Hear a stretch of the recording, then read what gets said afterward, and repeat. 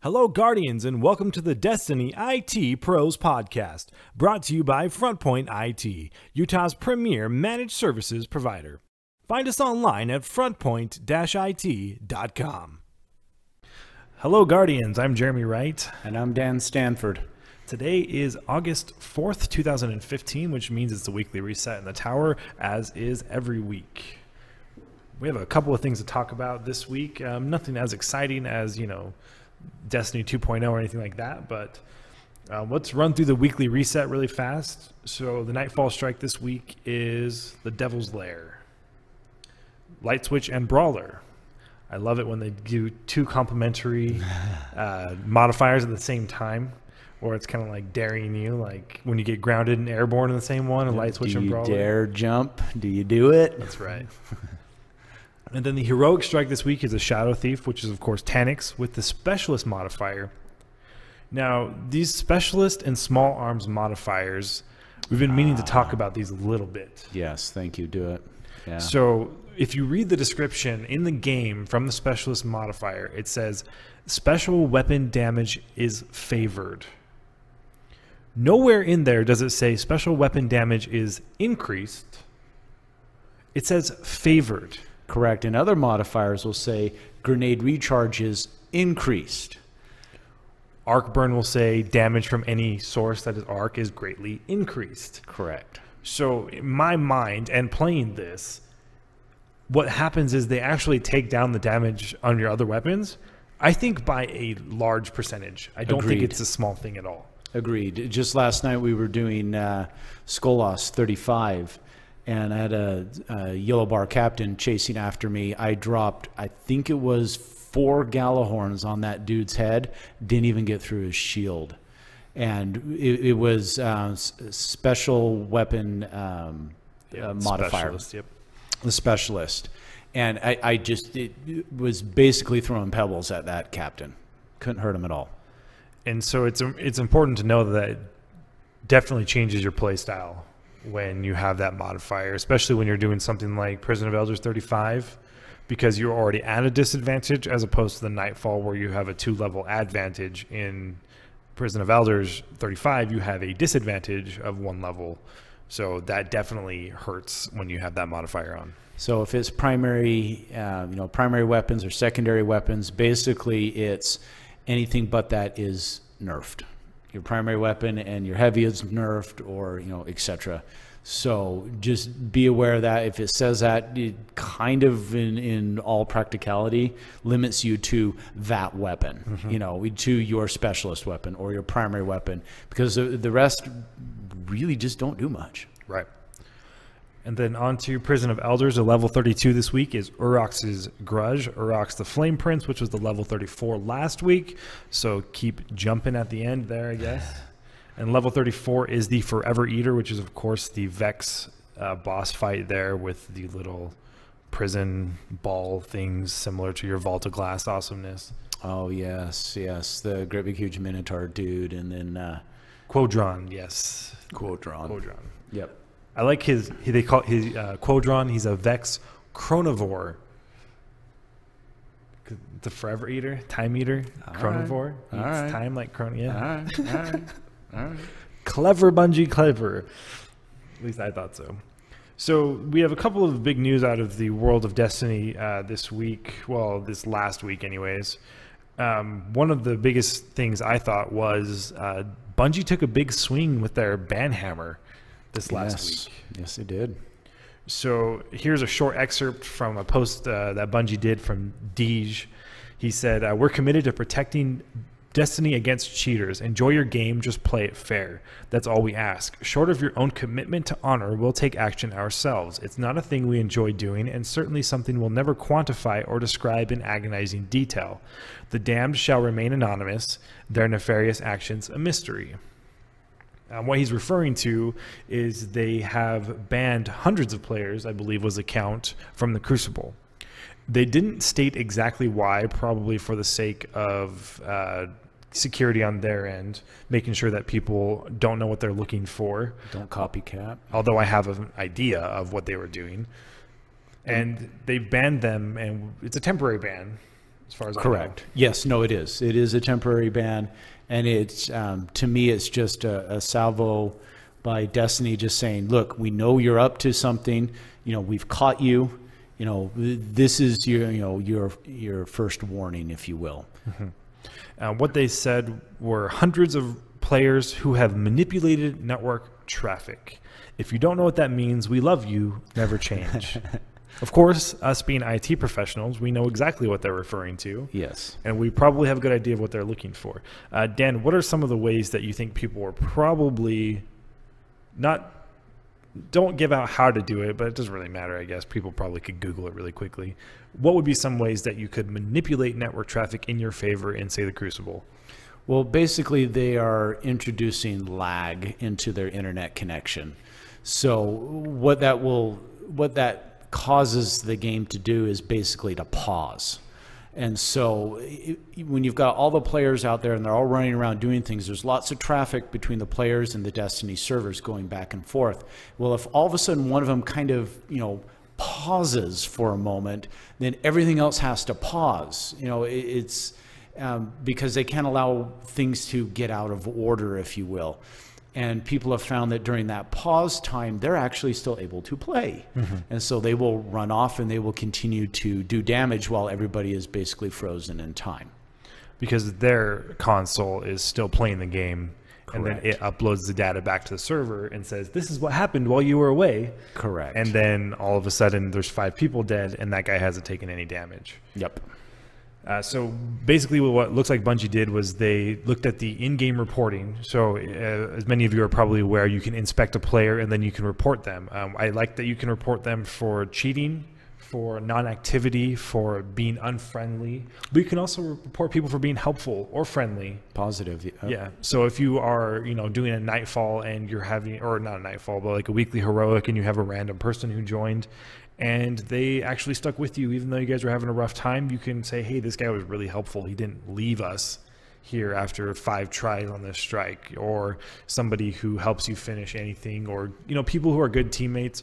There's been times where I play the Crucible and I'll do really well one round, then I'll get a message from somebody that was playing, and every time I get one, I get kind of nervous to see what's going to happen, whether somebody's like, oh, you were cheating, or they're going to chew me out. But oftentimes it's somebody says, hey, would you like to play with us? Like, nice shooting out there, stuff like that, which is always kind of fun to do. And then I'll add those people to my friends list. So with the banning and all that, basically, if you're playing legitimately and you're not trying to manipulate things, you're going to be fine. And Destiny has said, we know you're out there, cheaters, and we have caught you, and we're going to temporarily ban you for now. But I'm sure if it continues, the Banhammer will become a little more powerful. And they know what it looks like when somebody is cheating versus when somebody just has crappy internet.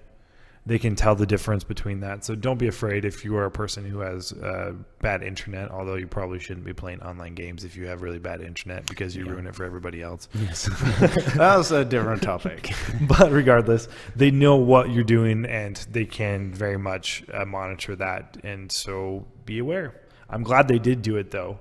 I'm glad they did. They flexed their muscles and they said, hey, we can do this. So, and they did during the Iron Banner as well, which is probably one of the most popular events for cheaters to go into, because the Iron Banner is, of course, the high reward and also more prestigious if you can do well in the Iron Banner than if you do in the regular Crucible. So I like to see that. So they punished those people essentially for doing that. So Jeremy, a question for you. Yes. Do you think that after all the negative publicity and, of course, our podcast regarding the Weapon 2.0 update, because I'm sure Bungie is all over that, do you think they're going to change their minds? Do you think they are going to backpedal? I'm not sure. I don't think that they're going to backpedal on the 2.0 update. My guess would be they're going to take the criticism and apply it to the 2.1 or the 2.01 or whatever the next one they issue after that will be. My thoughts on it is, I hope, Destiny announced that they're going to be adding a whole bunch of new weapons. We covered that in our last podcast, is that they're seeing a bigger picture than we are. and my hope is that they know what they're doing. Is my hope, but it sure doesn't make me feel any better regarding all the nerfing that's going on. But I haven't given up hope on it, so we'll see what happens. That's the bottom line. Is I guess we just have to wait until November when we get the Taken King and see what in the world we get. Or September. It's September. September, yeah. September. Yeah. So, month away. Yes. They also released some information about the Dreadnought, which is, of course, the name of Oryx's ship, which is his giant space rectangle, or prism, I guess you'd say. It's a giant space rectangle. It's kind of cool looking. They did release some details on it, though. A lot of it is technical details and some of their concept art and what it actually looked like and all that kind of stuff, which it does look pretty cool. Yes. Looks rather ominous. They did mention that there's going to be a lot of exploring that's going on the Dreadnought. So not so much, it seemed to me, at least I got the gist of reading the update, that they weren't going to do, like on the Earth patrols or on the Venus patrols or any of the patrols that we have, you're very much confined to a path. Sure. You can see that there's a giant planet out there, but you can't really go beyond the bounds that you're given. Otherwise, you get the little turn back beep and then you die. It seemed like the Dreadnought is going to be much wider and more open world-esque, where we're able to explore it. One thing that I got out of the bit with the Dreadnought, and I'll read it here verbatim: expect to find new bounties, patrol missions, public events, both large and small. Some you can investigate yourself if you can discover how. What I really got out of that was bounties, patrol missions, and public events. I am only aware of a few places, i.e. planets, where you can do that sort of stuff right now in Destiny. So it appears to me that in the Taken King, we're not necessarily going to get a new planet. We are getting a big old honking ship to run around on. Right. Which is kind of cool. That's a neat idea. You know, go to this big, gigantic ship and, you know, basically it is a new open world in Destiny for us to explore and to chase around. Even more exciting than that, I think this is probably the precursor to that quote you just read. It says, we've created a new suite of mechanics and woven them into the patrol mode. So every week, every day even, it will draw you back to fight through its depths for loot and glory. So there's public events, both large and small, and patrol missions and bounties, some of which you can investigate yourself if you can discover how. I think that's cool. I mean, the bounties right now are awful straightforward. Yes. They're not very difficult whatsoever. So, you know, to put a new twist on the bounties, that sounds intriguing. I hope they do something kind of fun with that. And they said the Dreadnought does have its secrets that you're going to return again and again to acquire rewards for doing things. There are also hidden treasures and bosses waiting to be found, and it won't be apparent how to access them the first time you go exploring. We've laid out a lot of breadcrumb trails, though, as you fight your way through the ship, so follow the clues you're given, face the challenges you can find, and earn that sweet loot. Sounds like fun. And they also said that the patrols are going to be more difficult, and the bounties are going to be more difficult. It's no longer the easy thing to do. But the rewards are going to be better, it says. So in theory. Yeah, that will be. We'll see about that, Bungie. When you look at the last DLC, the rewards are a little weak there. So hopefully Taken King we'll have some interesting loot. Did you see the post about the new strike that's on there? Who you have to fight? Oh yes, I don't remember his name though. A big honking knight. Darkblade. Darkblade, which is kind of cool, but kind of lame sounding at the same time. This Darkwing is Batman's ex-Robin. The Darkblade, along with many other hive abominations, are waiting for you on board the Dreadnought. So I've got some breaking news for you, Jeremy. Okay. So, as we all know, Peter Dinklage did the voice of the Ghost in Destiny. Lovingly referred to as the Dinklebot. The Dinklebot.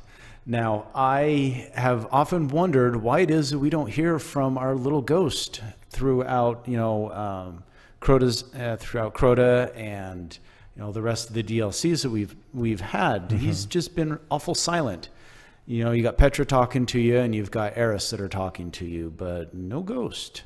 So apparently, as of breaking today, as of, I guess, GeekNation.com is reporting that Peter Dinklage has been fired, and they have re-recorded all of his voiceover work with a new artist, and he will be doing, you know, the Taken King and moving forward, so that there's not only continuity among the Ghost's voice, but it seems like a little bit more of a long-term solution to the problem.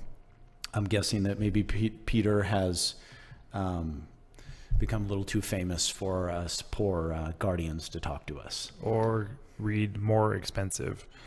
Now, as I was reading through this, there were some quotes by Destiny, you know, some of the guys at Destiny. And here's the one that really caught my attention. So this is the creative director, Luke Smith, said, and I quote, Peter Dinklage has been replaced by a gentleman named Nolan North. So the quote is, "We wanted Nolan North's version of Ghost to wake you up and start at the start of the journey at level 1 and follow you all the way through level 40. Yeah, I saw that as well. That makes me wonder, because I've been a little curious, what will be the new level cap with the Taken King? And perhaps there was a slight little misstep right then and there. Maybe, or they were just saying that that's going to be, you know, up through there. Are you familiar with Nolan North in any way, shape, or form, Dan? It refers to some of his work, but no. Okay, he is what's often described as the closest thing to a leading man in the video game industry. Oh, okay. He's done the voices of Drake in the Uncharted series. He is Desmond Miles in Assassin's Creed. His list of video games is spanning over, looks like 15 to 20 years here. He's done voices for so many different things and so many different characters. So he is a talented voiceover actor and should be a good addition to the Destiny world, I guess you could say. Very cool. I've also noticed, now that you mention it, one of your favorite things in the Omnigul Strike is when you release your ghost to open the door. Yes. And Eris comedy pokes fun at the ghost. Yes. I'm kind of wondering if that was somewhat of a slight. Oh. And your ghost doesn't have a retort to that at all. No, nothing. Well, again, you don't even hear from the ghost. He usually does have a retort to those kind of things. So I was wondering if that was somewhat of like a jab at Peter Dinklage. I don't know. I do like that they re-recorded everything, though. Yes. I mean, if they're going to do it, they might as well do it right. And just go back through. Yep. And because that would be, you know, because you could easily be playing one of the earlier story missions and then jump right over to the Taken King and go, whoa, wait a minute. My ghost here just changed. You know, he's got a different voice. There's a couple of ways you could go about that, though. Think about that for a second. If I made the comment that perhaps Peter Dinklage became too expensive, but Nolan North is one of the biggest names in video game voices. Yeah, that's what I took from your... He re-recorded the entire thing. Yeah. So, I don't know. And then they could have easily just put in some type of story part where we have a new ghost now. Maybe it's as simple as scheduling. You know, maybe Peter is just simply too busy with other projects right now and wasn't able to be available to Destiny to record the things that they needed to when they needed to, etc. They needed a more long-term commitment out of a voice actor, and Peter was either unwilling or unable to do that for them. It might not have had anything to do with money, because you're right. You know, to re-record all that would not be free. Maybe he got tired of being made fun of. Nah.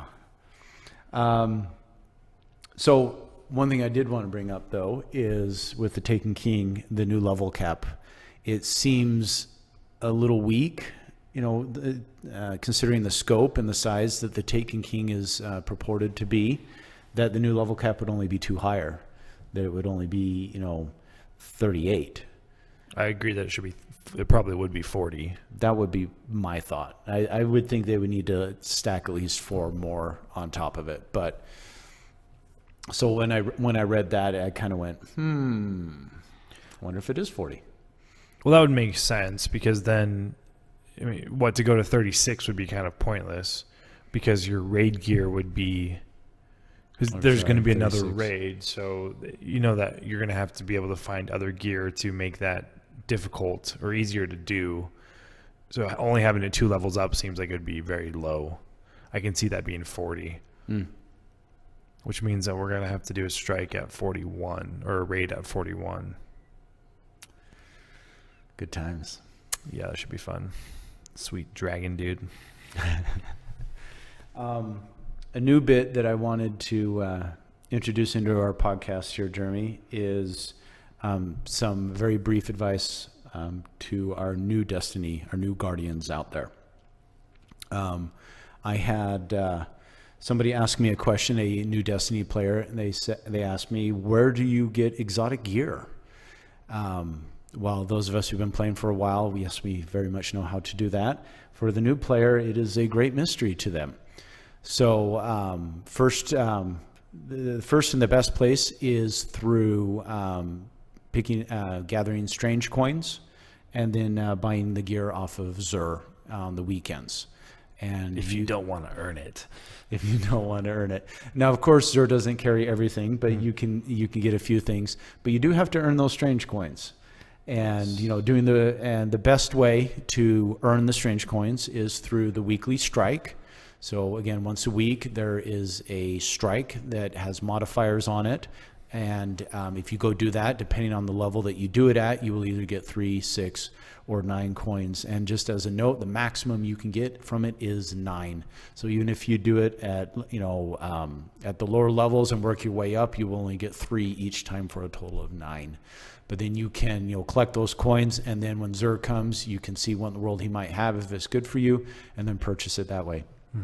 What are some other ways, John? You can also get exotic bounties, which the weapons that you obtain through exotic bounties are not available to purchase from Xur ever. They are only available in exotic bounties, and then also as random drops. I know that nobody will believe you when you say that they're random drops, but trust me, you can get them as a random drop. One of the best places on the random drops is the Nightfall. And also, well, not... Well, yeah. So, when I say random drop, I was referring to engrams. Oh, okay. So, exotic weapons can be obtained through engrams, legendary engrams. Yes. But also, the Nightfall will do exotic drops at the end, potentially. Yes. You can get a buttload of strange coins, or you can get an exotic thing, toss up, depending on the day. Or a legendary. Or a legendary piece of crap, whatever. Prison of Elders also, the higher levels of Prison of Elders. The first time you have a good chance. The first time you do Prison of Elders, you're guaranteed a piece of exotic gear. The chest at the end. Nice. The very first time you do it with each character. Oh, okay. So if you're looking for a cheap way to farm exotic gear, I know that somebody we play with got a Galahorn from the first time they did Prison of Elders. So there's that. Okay. What else do you have for us, Jeremy? What other tips do you have for people who are just starting out in Destiny? Just like basic, real quick tips of, because we did Vault of Glass the other day. Well, I did it the other day, and you've helped us finish it.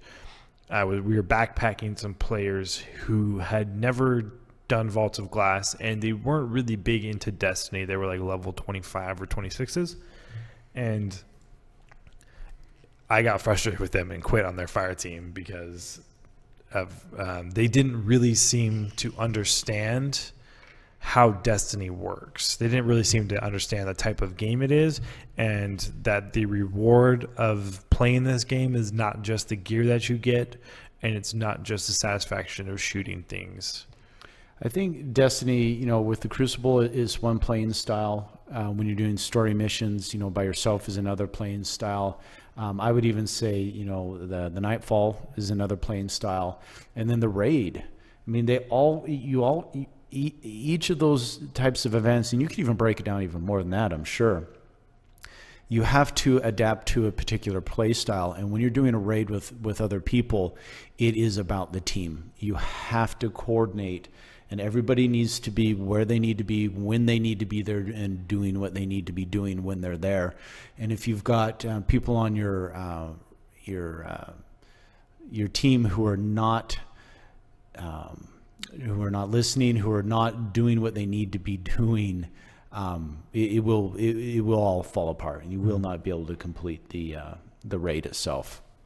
So I would suggest that the players that you picked up there when you were doing that raid had never necessarily worked as that large of a team before, where everybody has a particular role, and we're just not prepared to do that. Mm-hmm. Well, I think another part of it is that Destiny is not. It takes a certain type of player to play Destiny. It is not a game where just skill is rewarded. Like Call of Duty, for instance, or Battlefield, or any other first-person shooter game. Oftentimes, just skill is rewarded. And I don't think that's the case in Destiny. I don't think that just because you are good at a game means that and being good at Destiny can mean many different things. I mean, maybe you are, I feel like there's key positions that need to be played on every type of thing that you're doing. And certain players, I just don't think they understand the point of what you're doing, the point of whatever activity you're doing. I don't think they get that it's not just about getting a reward. It's about that sense of accomplishment that comes from it. And that's harder to come by, because in other games, it's not about a sense of accomplishment. It's about killing people, or it's about points or being first place. Versus Destiny, it's that sense of accomplishment really is what we're striving for, not just the rewards at the end of it. Sure, the rewards are great, but the rewards that you get for it, typically, like, think about raid materials and raid gear and raid weapons. They give you perks to do the raid better next time. Yeah. It's not you do it once. It's, can we do this better next time? Can we do it faster? Can we do it without dying? Those are the things that you're striving for. So that sense of accomplishment, I think, is a bigger factor than just being good at the game. Yeah. Can we hone our fire team? Can we get through this area quicker and better? And, where, you talked about Vault of Glass, and we did the Vault of Glass last week, I think. And my big reward was a banner for my character. Yay. Mm-hmm. Yeah, not a single gun, nothing. It was just a banner. And it's like, okay, well, that was kind of lame, but you know what? We pulled it off. We got our fire team, so we were able to do Vault of Glass. And there was 6 of us, wasn't there? Yeah, we had 6 on that one. We did Crota last night with 4. Yes. Yeah. So, which we kind of like hodgepodge together Crota. Like, parts of it were soloed, parts of it were 2-manned, 3-manned, and then the last part we 4-manned it. But that's kind of fun too, is to see what can we do in this. And when I originally started doing Crota last night, it wasn't trying to beat it. It was just, what are the mechanics I can use in this as a 1-player or a 2-player team? How far can I get? Because 6 people are not always capable or able. We're not able to find 6 people all the time. Yeah. Yep. Which is a fun part of Destiny, is being able to see what parts can I do by myself, what parts can we do with 2 people, 3, 4, 5, and what else can we do with this? But that's why it's fun. Do you have anything else for this week? I think that's about it. Okay. Fair enough. So look forward to the Taken King in a month. As we get closer, I'm sure we'll see Twitch streams from Bungie, as well as, our comments and other podcasters, other videos, other blogs comments. So we'll see what else they come out with. And it seems like Bungie is really ramping up their PR machine. I mean, they've got the 2.0 update. They've got the Banhammer that came out. And we're going to keep seeing some interesting developments in the game over the next few weeks. So we look forward to that. And we will keep you up to date on all the latest developments right here. Cool. Thanks for checking it out, guys. And we'll see you next week. I'm Mutant on Trey. And my gamer tag is IT Outlaw. Talk to you later.